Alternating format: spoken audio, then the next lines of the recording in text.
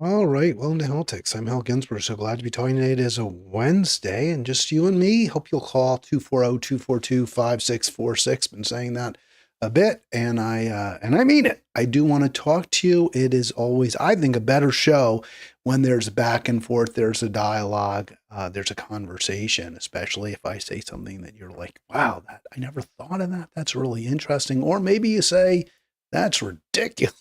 That's why I never thought of it. But either way, I never thought of that. What a great idea. Or I really would have never thought it was such a stupid idea. Either way, would love to talk to you. I did use as the thumbnail there an image from a video from The Hill Rising. And of course, that's where I kind of became most familiar with Brianna Joy Gray. She got fired from The Hill for allegedly being rude or disrespectful to a ardent Zionist that she interviewed. It was really they were just trying to get her, right. It was a rigged setup to try to put her in a position where she did something, Brianna Joy Gray, that would justify termination, because she had been rightly an outspoken critic of the Israeli genocide, the Israeli American genocide. And they got her. She kind of rolled her eyes a little bit and whatever. But I still now and then tune in. Their numbers are way, way down because the fireworks between Brianna Joy Gray and Robbie Suave were actually pretty interesting, pretty good. And she kind of kept him in line. He's really moved hard right since she was since she left the show, and I think that's very disappointing.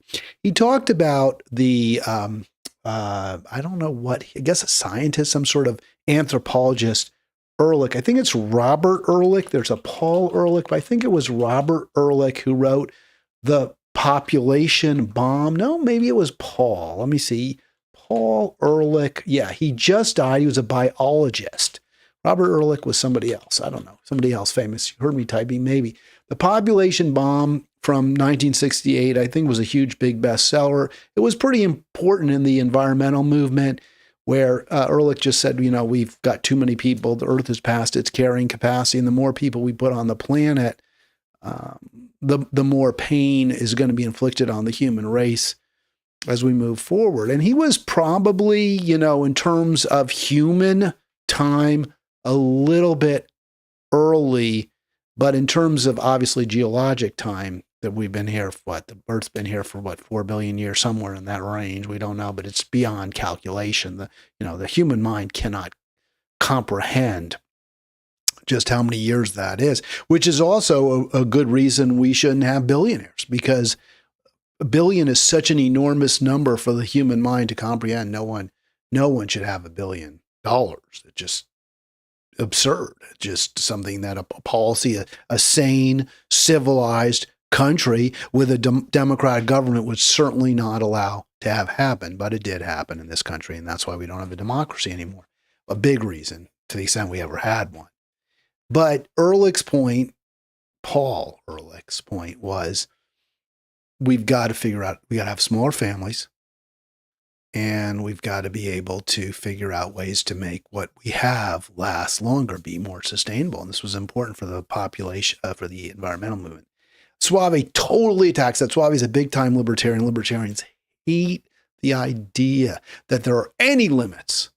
No, we should have zero. We can do whatever we want. We'll always figure out solutions. The profit motive is so tremendous. It's so powerful. It's going to solve every single problem that ever comes to light. There can't even really be shortages, because a shortage, if you have a market economy, it's not completely ridiculous, right? I mean, there's truth to this. This is why I am not a communist, because I do think the market signals are very, very important to producers, to consumers, and we shouldn't throw that all out with some kind of centralized planning apparatus. But you have to have a market economy with lots of limits, restrictions on what participants in that economy can do. Otherwise, you have a situation like we have now, which is just completely out of control, where a tiny number of people have hoarded everything and are forcing the planet into greater and greater biologic deficit. In other words, we're consuming more and more of what little the planet has left, and we're reducing its ability to replenish the stores of what we do have. So that's where we are now. That's a vision, a reality that libertarians are utterly unwilling to acknowledge, and you'll hear that from Suave in a bit. But I asked, is it getting better? Because he makes the point, I think it's not arguable, that there are fewer, as a percentage of humans on Earth right now compared to, say, 100 years ago, compared to probably 200 years ago. I don't know how far back in time you'd have to go. Fewer and fewer of us are, as a percentage, starving. More and more of us have, I would say, enough, right? Lots don't. And I don't know if the total percentage of people on the planet who have enough food, healthcare, water, shelter, clothing, culture, everything that you need to have a decent life. I don't know if the percentage who have enough has risen, but maybe it has. So does that kind of justify what the system today? Would be his argument. Well, the system works because, look, everyone's getting, on average, we're all doing a little bit better. Or at least fewer and fewer of us are dying of starvation, freezing to death in the cold. That would be his argument. And there's, it's a hard one to fight. You have to figure out good responses to it. If there are, maybe he's right. Maybe we should acknowledge that this kind of capitalism that we've embraced worldwide, or at least the billionaires have caused us to embrace worldwide, is actually working, despite the wars, despite the homeless, people who have nothing, despite the kind of cruelty, the casual cruelty that is visited on the poor. Not, and I mentioned the wars, the bombing, the fights over land, over scarce resources. Despite all of that, in the end, it's all worth it, right? Because we're not living in caves anymore. We're not totally dependent on the weather cycle in our little micro environment. So therefore, if there's not enough rain this year, we're not all going to starve because we can buy grain from the next country or the next community, which you couldn't do in the past. So it's all worth it. I think that would be his argument. I don't agree with that argument. I think it's wrong, but I think it's also something we have to deal with on the left. We can't simply completely and utterly rule it out as nonsense. I do miss my old guest, Kirsten Stade, who is really, really good. And she talks a lot about this, and specifically when it comes to the abundance movement, right? We just need to unshackle capitalism and we'll have more and more abundance for everyone.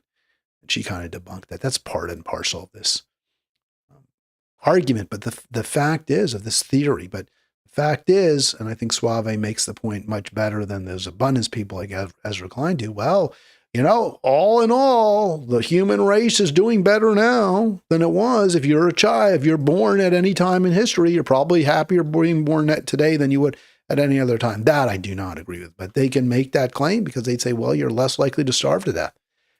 Common dreams. So is it getting better is our question. I do want to talk to you about that, 240-242-5646.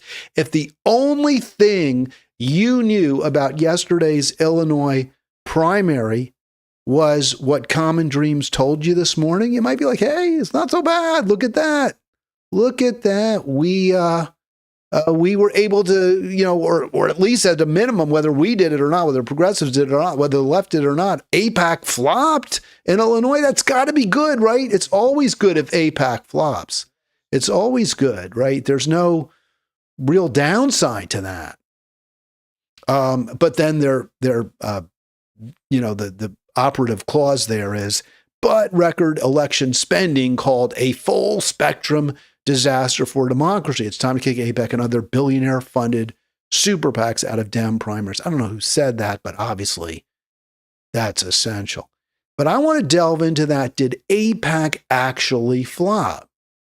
We've heard this before. We heard it in New Jersey when Tom Malinowski was defeated, which was AIPAC's goal, but the candidate that they wanted to win did not. She came in third, and the candidate that they did not want to win, the most anti-Israel candidate, the most progressive, Anna Mejia, did win.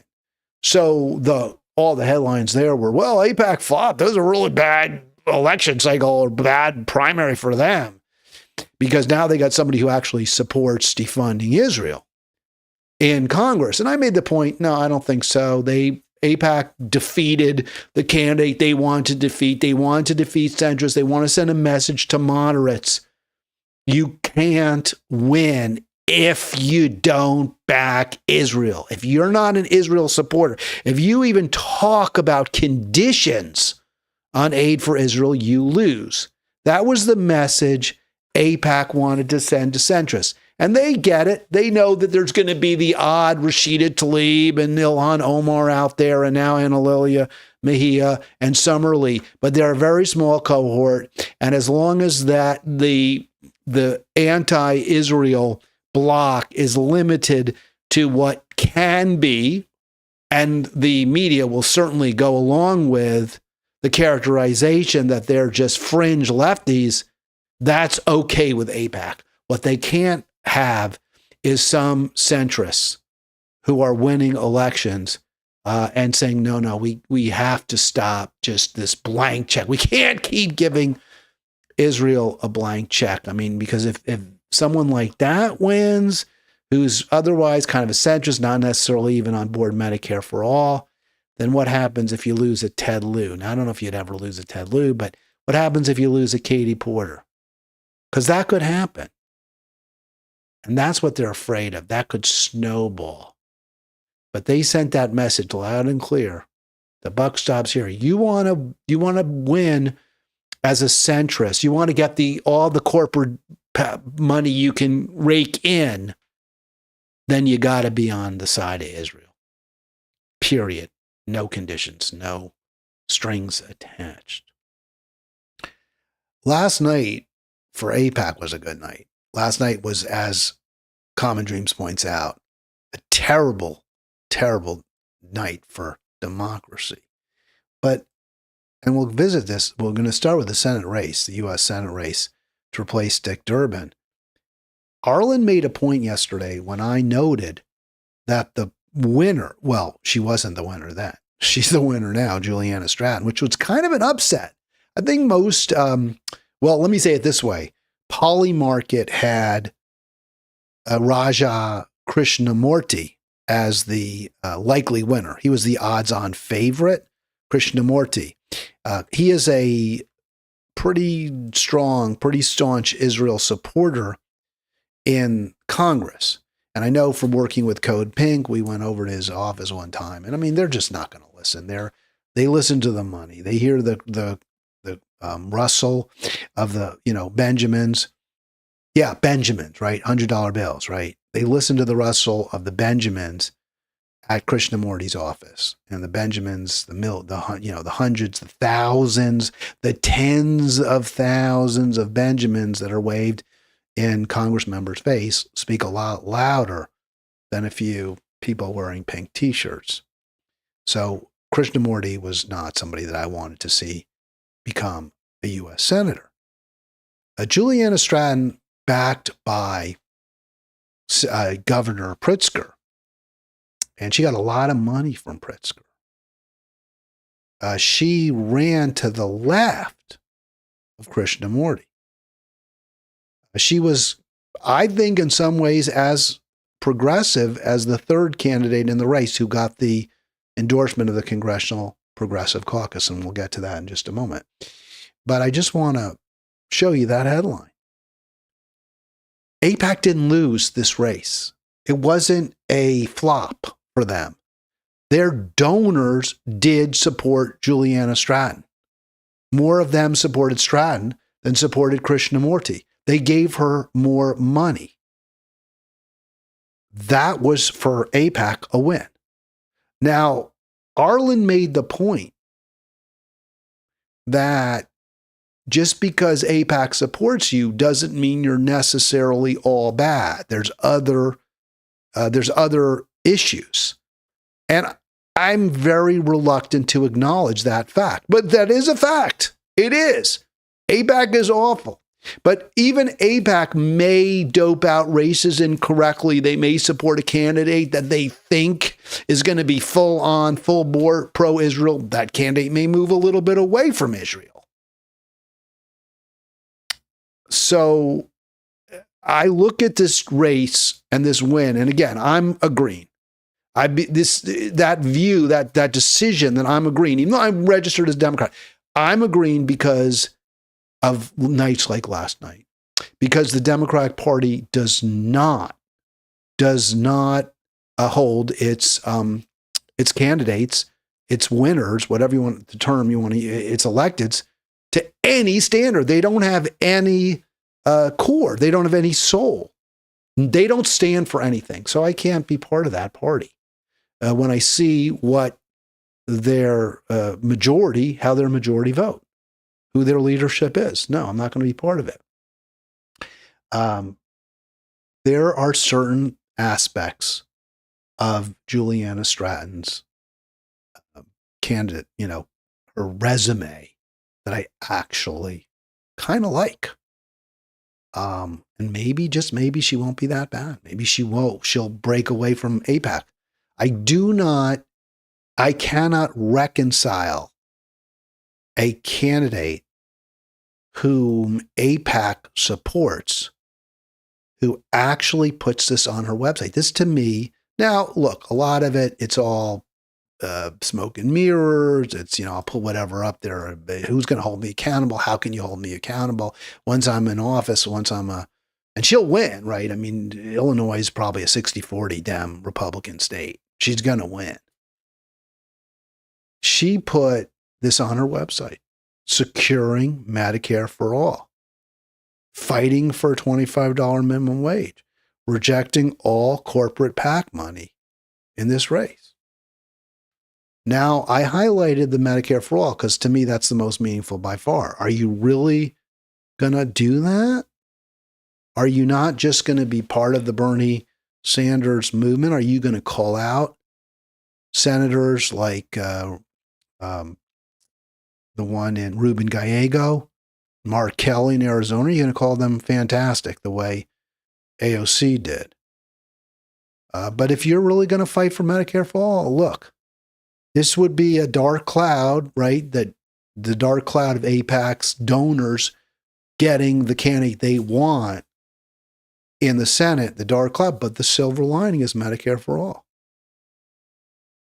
Now, does that make up for genocide? I don't think so. Does that make up for a horrible war with Iran that's, becoming more and more evil, with every leader being decapitated by Israel, with our full support?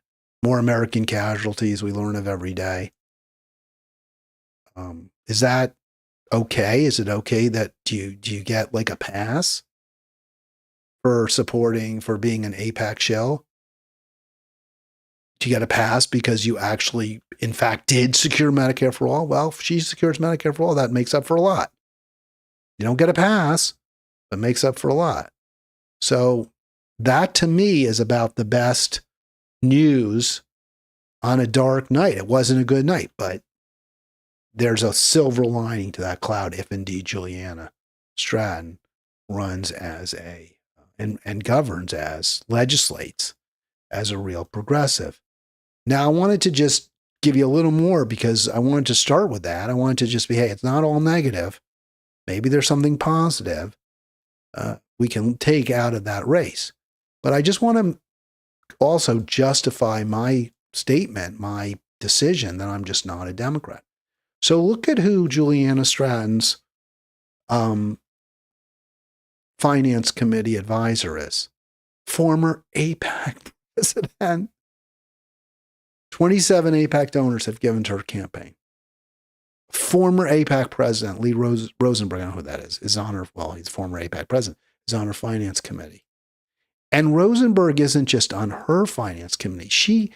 This is the insiders Democratic Party. This is the party insiders party, without any question. Look at whom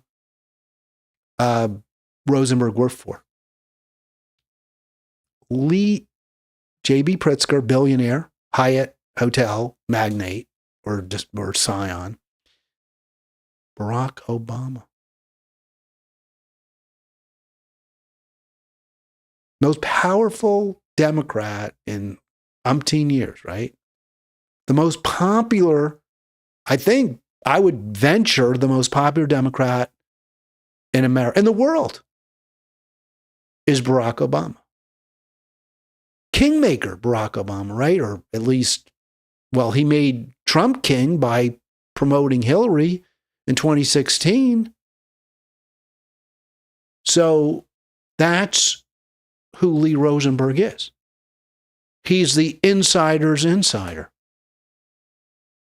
This is the guy who helped shepherd a relatively unknown Juliana Stratton to the verge of the U.S. Senate. I can't be a member of that party, but that to me proves beyond peradventure that it was not a flop, right? Last night was no flop for AIPAC. How could it be a flop if their top of the ticket candidate, the winner, the top of the ticket winner, is advised by a former AIPAC president? I don't know how that could possibly be considered a flop. That's a big win. From Pittsburgh, dude. Hey, Pittsburgh. Robbie knows who pays his bills. Yes, he does. You are a wise commenter. And I'm going to say man or dude or guy because you call yourself a dude. Hey, CPND. Yes, AIPAC is celebrating, sadly. Sadly, indeed. It kind of makes you wonder. When Axe said, and I've shown this 2 days in a row, and now I'll make it 3, that AIPAC is kind of panicked. AIPAC wasn't panicked. You know, it's so frustrating. They have so much money. They figure it out. They figure it out. They have just the tens of millions, hundreds to figure it out. They didn't endorse in that race, right? They didn't come out and endorse Juliana Stratton because they figured, I'm sure, that would be, I don't think it would be because of dad necessarily, but it would hurt her, right? It wouldn't be helpful. They're unpopular. So you know what they do? They tell their donors, hey, just give her money, write a personal check. Write a personal check. Lee Rosenberg gets on the phone, gets on the blower, and calls a few people. And by the way, doing it that way, allows her to say, hey, I'm not taking any corporate PAC money. Now, the argument could be, you say, well, you could still take AIPAC money because it's not really corporate PAC, right? But this way, I'm not taking AIPAC money. I'm not taking corporate PAC money. Yeah, a few donors might give me money, but they're not endorsed. I can't stop that. So AIPAC, very canny, very smart. They look at the race and say, you know what? It doesn't help us. There aren't that many Zionists in the state because it's a statewide race. So they say, hey, we'll figure out a different way. And they did. They were successful. We lose, they win. I showed this tweet, it wasn't a tweet, this is from the New York Times, where they quoted Axelrod. And he says, AIPAC appears to be panicked. I guess because they gave some money to an Arab candidate, I believe, and that was to defeat Kat Abu Ghazaleh. And by the way, she lost. Abu Ghazaleh lost. And then Axelrod goes on to say, it's kind of a tortured mess. That is for sure true. Those Illinois primaries. It's because they have a first past the post. It's not winner take all. Oh, it is winner take all, right? It's winner take all, first past the post, meaning I guess the first one who gets a plurality, the one who gets the most votes, is the end of it. That's just not right. And we'll see why. I actually think Texas does it better. Texas does it more expensively, but Texas definitely does it better. Let's go through this. I want to go through this race by race. We already did a Senate. Just to point out, well, are things really getting better, as Robbie says? And what is this race? What does this tell us about the state of Democratic Party politics? first we'll go to Dem 2, which is, these are going to be the Chicago area, not the whole state, just Chicago area, where all the Democratic nominees that will almost certainly win. So let's start with 2. Donna Miller wins. Now, if you see a pink or a magenta square, that's a candidate who says no more aid to Israel, who would condition aid to Israel going forward. Say, not only that, we're not going to support Israel. We don't believe in aid for Israel now. And any aid in the future has to be conditioned on no more genocide, on them being good global citizens. Good luck with that. So Robert Peters was a part of a progressive coalition in the Chicago area, different candidates who said, we reject AIPAC, we reject corporate spending. And he lost badly. The favorite, Jesse Jackson Jr., was backed, I believe, by the crypto lobby. He also had been in jail. He was considered I think he was the odds-on favorite at Polymarket. Donna Miller thumped him. So I guess we're happy crypto lost. But the sad thing is AIPAC won. And let me just show you the, real quick, we'll just show you how that worked. Because I did show this chart yesterday or 2 days ago, but I wanted to re-show it again. You had one candidate in that race who really was against Israel, pro-Palestine. Robert Peters, there he is. He came in third. Donna Miller doesn't answer any questions. We don't know. We have no idea where she stands. Does she oppose aid to Israel? I don't know. Does she support conditions on it? I don't know. Does she believe a genocide is committed? I don't know. Does she denounce AIPAC support? Well, I don't know. She, I do not believe, was endorsed by AIPAC. Maybe she was. I'm not certain about that. Either way, she was the choice of AIPAC donors, just as Juliana Stratton was. So here's from WBEZ. They're looking at the race. They're looking at the influence of AIPAC, the money. In D2, South Side, nearby suburbs, 2.3 million in Super PAC. That's AIPAC's. 2.3 million direct spending. So she was endorsed by AIPAC. 2.3 million in Super PAC spending. And she also received a huge amount directly from their donors. A 72%. 72% of her money came from AIPAC donors. How is that not a win for AIPAC, a loss for everyone else? What it is a complete repudiation of the argument of that headline, AIPAC flopped. How did AIPAC flop? I was a little confused. I have a little AIPAC star I put on the candidates that AIPAC cleared its bar. I didn't do this for Juliana Stratton because they said we stayed out of it. We stayed out of that race. We didn't give her money directly. Some of our donors did. So I won't say that. I won't give the AIPAC star. I didn't give the AIPAC star to Stratton. But Donna Miller, sure. Yep. There she is. AIPAC didn't flop in that race. AIPAC didn't flop in the U.S. Senate race. AIPAC didn't flop. D7. Another Chicago and Burbs district.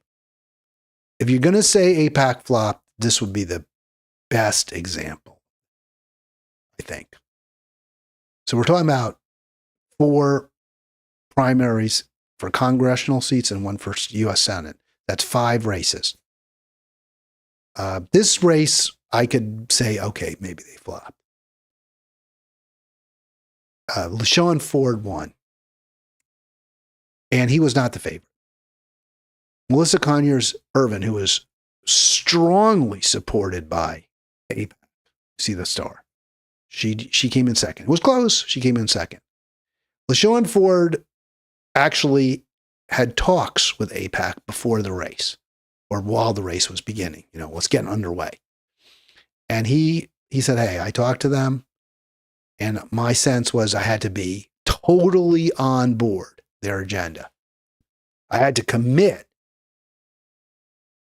to their dictates, which obviously Donna Miller did, right? She won in 2 with AIPAC support. Apparently, Juliana Stratton's on board too because she got all that money from their donors. Ford said, I'm not going to do that. I'm not going to just hand over my, freedom to vote, my conscience to you. And he won. He did win, despite millions spent on Conyers Irvin. But Ford ain't perfect. Ford doesn't call it a genocide. The candidates, all the candidates in pink, and I went down to my, Annabelle Mendoza, because she called out Conyers Irvin, she called out Driver. The pink candidates are the ones who really took on AIPAC, and guess what? They all lost. So it's not a flop. Not a flop for AIPAC. Not great for AIPAC because the candidate they spent many millions on didn't win. Still, they didn't lose. They didn't get a true, unabashed opponent of Israel, of genocide. So not a flop. Very, very frustrating to see progressives get it wrong. Still, I'm glad that Conyers Irvin lost that race. Now, one of the points, we'll just go back to that slide real quick. I jumped around, but let me just put it back up. Remember what Axelrod said? He said it's a mess. It's a Goldberg contraption of a primary. Absolutely. Nobody should be winning primaries with 23.9% of the vote. That's just not democracy. That's just not. 3/4 of the voters didn't vote for LaShawn Ford. There has to be, I would immediately say, this is why you have ranked choice voting. This is why the candidates who voted for Anthony Driver and Keena Collins and Thomas Fisher and Annabelle Mendoza all should be able to put down their first, second, third choices, fourth choice, fifth, whatever, at least down to 5 more. You drop off the bottom one, the one the least votes. There were more candidates. Mendoza was actually on the first page. There's more below that, or under 5%. But presumably the pro-Palestine, anti-genocide candidates would have called for their voters to support each other, to support them.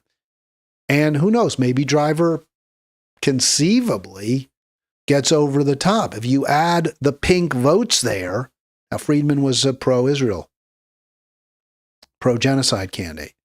His probably would have gone to Conyers Irvin. Even so, that's 28%. If you add Driver, Collins, Fisher, and Mendoza together in this race, you're at 12, 21, 33%.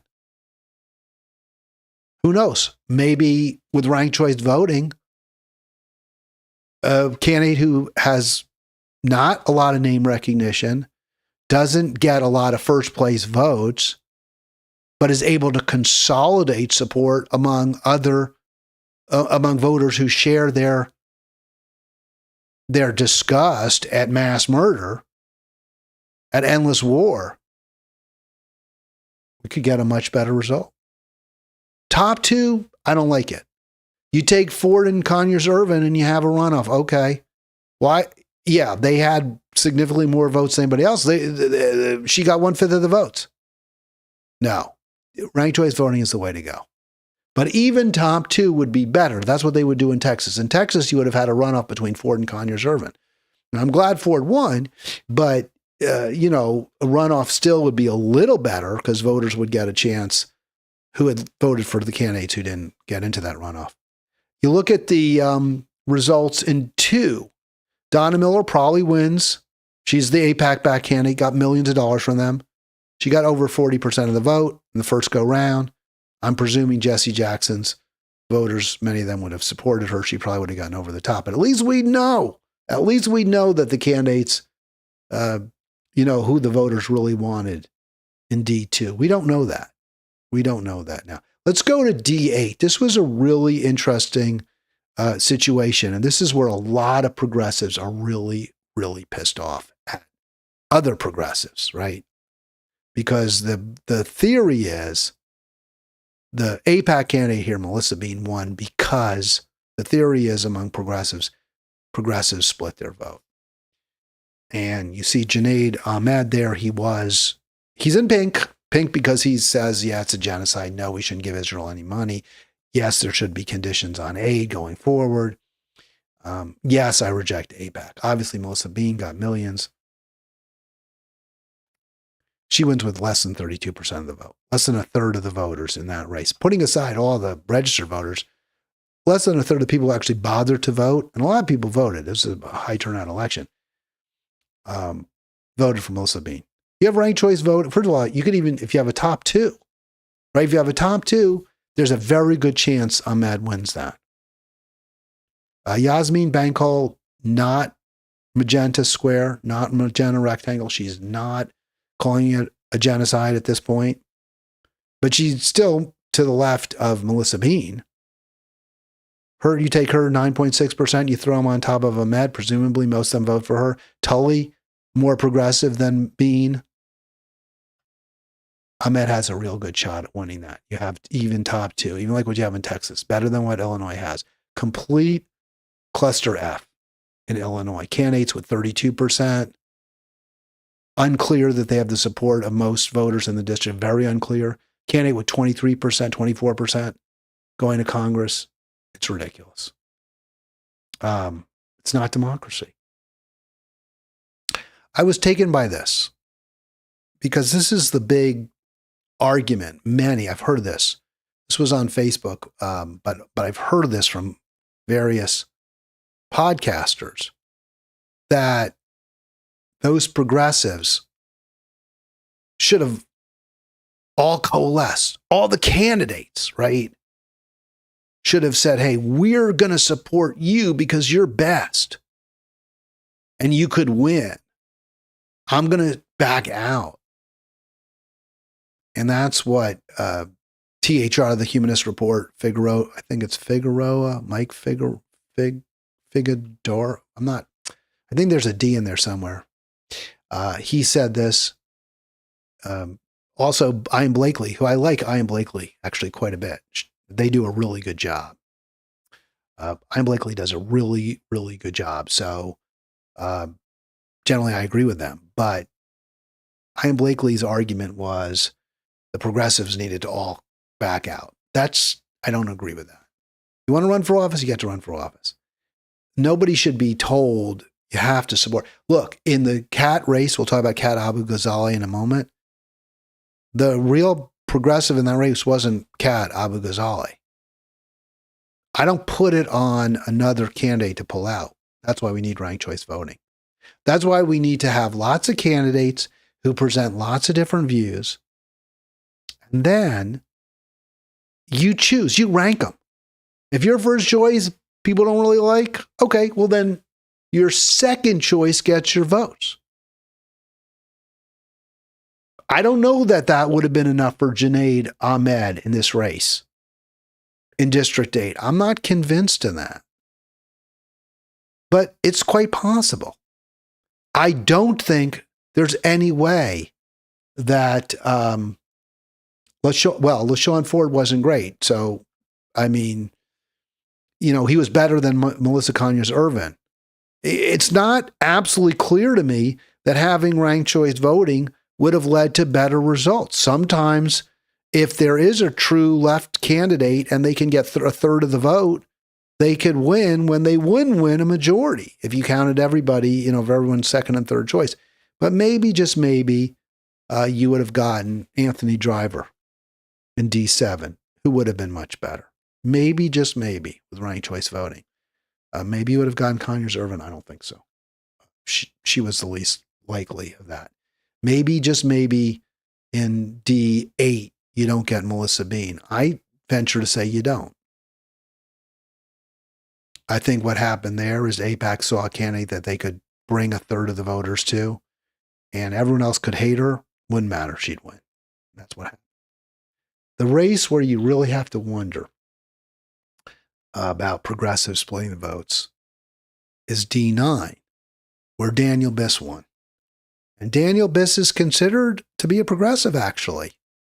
And I don't think AIPAC really liked him. He wasn't their choice. Their choice was Laura Fine. There's a lot of anger that Biss won. He doesn't call what Israel's doing a genocide. As far as I know, he didn't get any PAC money from AIPAC. He doesn't like AIPAC. As far as I can tell, relatively progressive. Not willing to call out AIPAC the way Kat obviously did, the way Bushra Amawala did. Ian Blakely makes the point. Bushra does not have the pink because I don't believe she's called it a genocide either. Even she isn't perfect, but let me go look and see about that.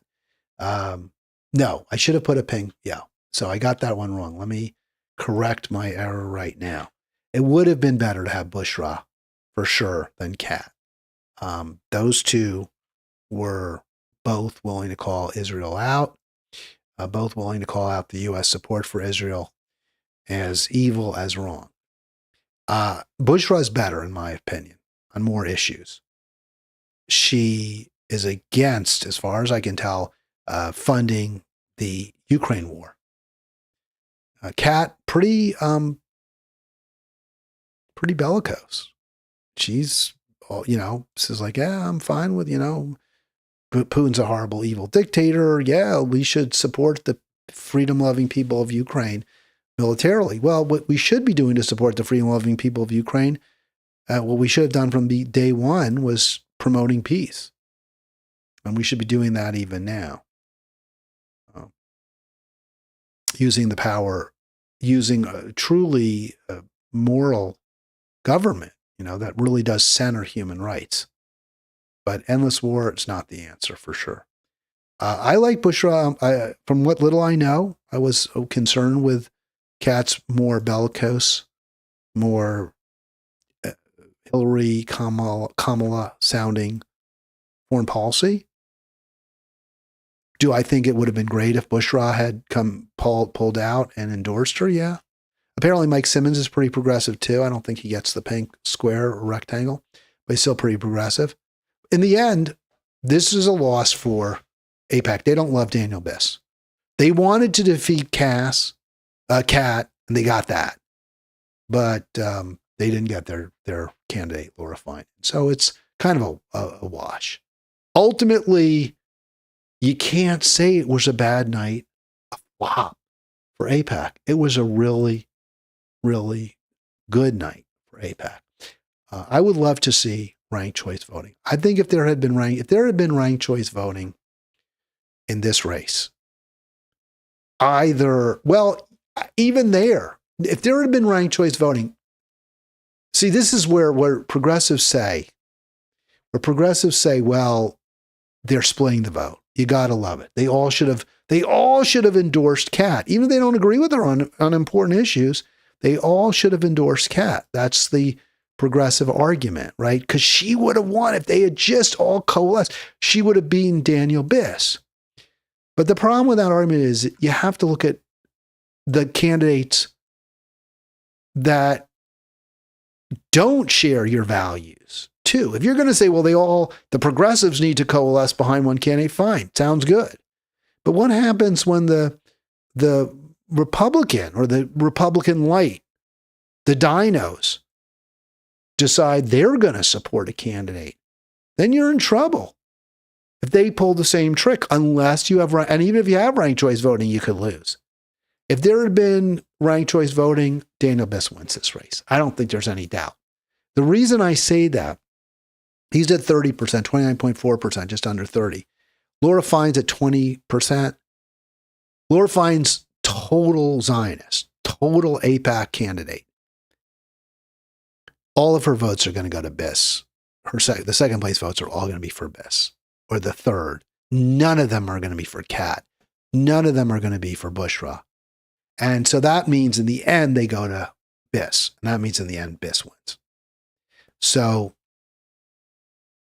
what you have to take away from this is all that money, the millions and millions of dollars, convince enough people that voters don't look, because most voters don't support Israel. Most voters don't want us to give money to Israel, especially Democratic voters, especially voters in Chicago and in the environs, which is an incredibly, Democratic to progressive area. Not necessarily that progressive, but Zohran Mamdani won in New York City with an, explicitly anti-Israel message. They're committing, they're genociders. He won. He got a majority of votes. But all that money, all that AIPAC money, all that corporate money that's used to divide candidates, it was enough. And even if they had come together, even if the progressives had coalesced, even if you had ranked choice voting, maybe you get one or two, one seat, maybe. You wouldn't have won the U.S. Senate race. Now, there should be ranked choice. But the issue that really is destroying our democracy is that money, is all those millions and billions of dollars going in, race after race, trickle, trickle, trickle. Sure, AIPAC may lose here or there. Sure, some candidates may campaign against AIPAC. But ultimately, they can figure it out, and they did figure it out, and we lose. Freedom lost. Life lost. So I'll put this on screen for you real quick. This is how I dope it out. AIPAC wins. U.S. Senate, Juliana Stratton. I don't know how you look at it not as a win. Her advisor was former AIPAC president. Donna Miller, explicitly supported by AIPAC, Women for Chicago, whatever it was called, one of their offshoots. Melissa Bean, absolutely supported by AIPAC. That's a win. CD9, Cat defeated. That's what they wanted to do. They got it. I will call Melissa Conyers Irvin defeat in 7 a loss for them. They didn't get the candidate they wanted. They got a candidate who's explicitly called out AIPAC. He's not super pro-Palestine like I would want, but this was not a win. So 4-1. 4-1, right? You can't say that's a flop. It's a terrible night. It's a terrible night for democracy. 240-242-5646. CB says, I would have voted for Cat. I probably would have too. Yes, ranked choice. We must have ranked choice. By the way, please call in. I'd love to talk to people. I haven't heard from Ari. Where's my friend Ari? Have you dropped me? Love to talk to you, Ari. I can't believe you have, but people have lots of, they go here and there, and sometimes you watch the videos after the fact. I totally get that. You have work responsibilities. I just appreciate everyone who watches. I was taken by, my whole thing is, why do I do this? I do it to try to persuade people that we need change. We need to vote, do something very different than we've been doing. And even getting into the weeds with those Democratic primaries is more about, I think, showing the futility of embracing Democrats. The futility of looking at every race. Did my preferred Democratic primary candidate, did Annalia Mejia won? Oh, that's great. Oh, Cat lost. Oh, that's terrible. We have to be together for a political party that actually represents the best in us. Kindness, generosity, consideration for others.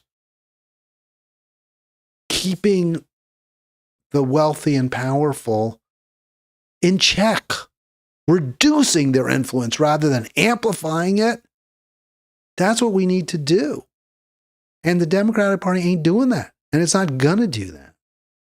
That's my view. That's why I do this. But you know what? Maybe I'm wrong. Maybe those of us on the left who feel this way are wrong. Maybe we just let people do whatever they want.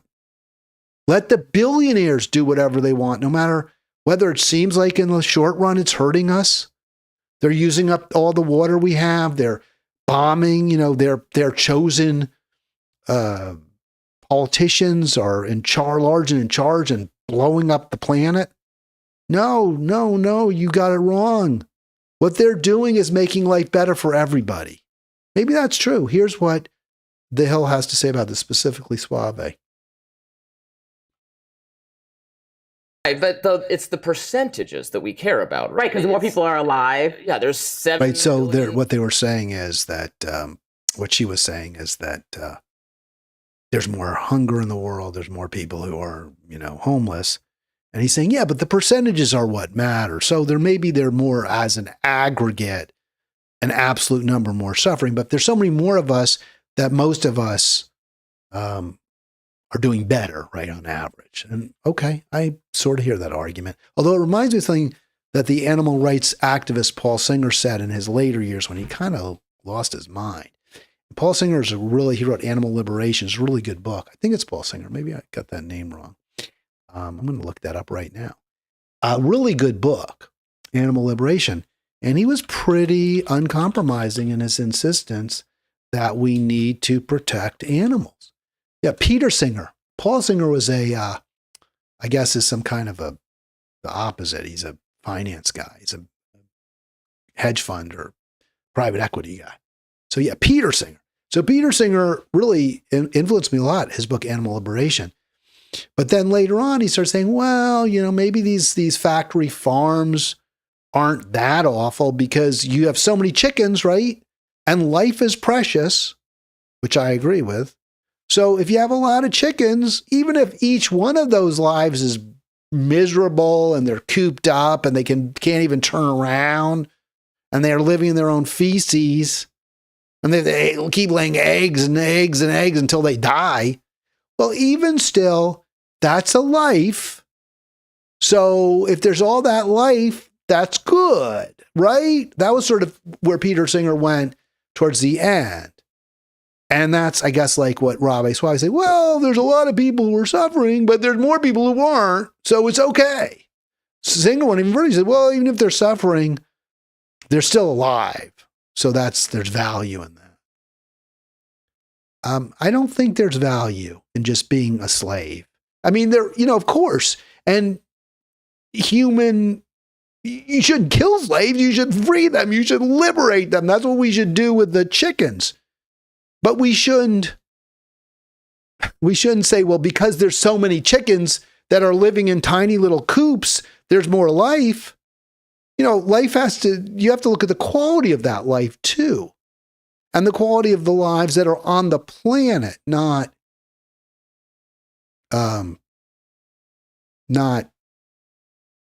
keep having more and more, just reproduce animals, reproduce humans so they can basically live slave lives.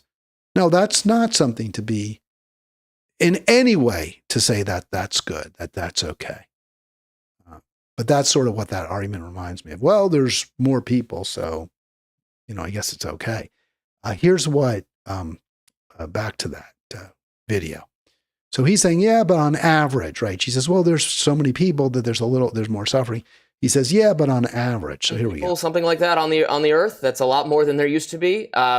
We still have too much. It's not to say that everything's perfect on earth all the time. We still have too much starvation, certainly. But material conditions for human beings, for the average human being, have risen dramatically, and they've risen in the very places that he thought the mass starvation would occur.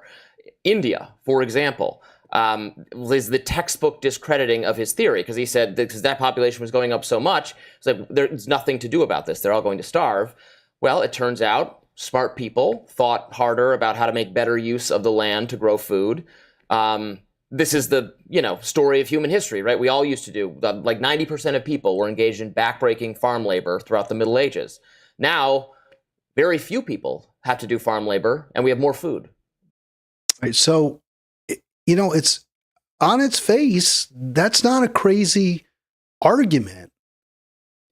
And certainly advances in technology have greatly increased food growth, food efficiency, agricultural efficiency, advances in technology distribution, right? Ships, trains, trucks, what have you, have all allowed us to distribute food to places that might have otherwise been food insecure. And that's good. I'm not saying that's not all bad by any means. He has a point. But do we have to embrace the worst aspects of rapacious capitalism, of war to get those advances? And have we moved forward in the best, in ways, or have we moved forward in the fastest way possible? And are the costs that we're paying worth it? I mean, I think you have to ask those questions rather than just simply say blithely, well, he was wrong. The population bomb was wrong because in the past almost 60 years since it was written, we haven't had mass starvation. Well, again, human history is, can be measured in hundreds of thousands, if not millions of years. Probably been Cro-Magnon, modern humans, Homo sapiens, for 50,000 years or so. So even with the caveat that, he was wrong, he didn't get we haven't seen the mass starvation and the numbers that Ehrlich predicted in the past 58 years. Human history is long. If we see it in 100 years, well, does that mean he would be wrong? Or would that mean he was right? And Suave brings up India. So I decided to look up India. And in a sense, he's right. There's less poverty, there's less starvation in India now. And there are more people. India's probably the most populous country, more so than China. And this is from the UN. So there you see some Indians preparing, I guess, bread. And that's kind of Suave's point. Hey, look, they all have grain. There's rice. So it's all good. It's all Hakuna Matata. But if you look, but this is from 2025. So this is recent. This is not like some, 15, 20 years ago. And you say, oh, well, things are better now. The first stat there is, first of all, there's about 190 million people in India. So over 10% of India. See that 10% plus live on US $2 a day. They're hungry. They're not food secure. And they sometimes go without. But the first stat is the more interesting one to me. You're going to say, oh, things are so great now, or at least Ehrlich was a doom and gloomer. Things really are better than he suggested. Well, you got to reckon with the fact that 2/3 of Indian children have anemia. That's a shortage of iron, right? Iron deficiency. Iron is food. It's in food. You eat healthy foods. Meats have iron, but lots of vegetables do too. But because of the way they grow the rice and the super efficient grains, they don't eat cow. Hindus don't eat cow. They do eat chicken. Some do. There's not enough healthy food in India distributed to prevent 2/3 of the kids there from having dietary insufficiency. So I don't look at this as some great triumph of human technology. But I don't reject Suave's point either. There's, as far as I know, there isn't some horrible famine that's killing off 20, 30% of the people in India. And maybe we'd have to say that is a triumph of modern food, agriculture, and agricultural distribution. He's not completely wrong by any means. But the costs, even putting that aside, we haven't gotten to the place we need to get. We have enormous 190 million people. The planet population was probably maybe 100 million at the time of Christ, something like that. So in 2,000 years, we've gone up by 80 times that. And we have the people, the same number that were here 2,000 years ago, the same number of people that were actually alive then. Now we have them food insecure just in India. That doesn't include Africa, which is poorer by far than India. So there truly is starvation. There truly is hunger on the planet. We've made strides, but we haven't solved that problem. But even to the extent we can, in other words, we grow enough food for everybody, we are to do that. We are drawing from the reserves that the planet has for the future. We're basically robbing our children's future to prevent mass starvation now. And we should. I've mentioned this. Human life is precious. If you're alive today, that's more important than a life tomorrow. A life here now is more important than a potential life tomorrow. That's true. But is that really what we want to do? Do we want to have this planet that is not sustainable? We're going to prevent widespread billions of people in misery today, but we're not going to have a future tomorrow. That's not something that I wake up thinking real good about.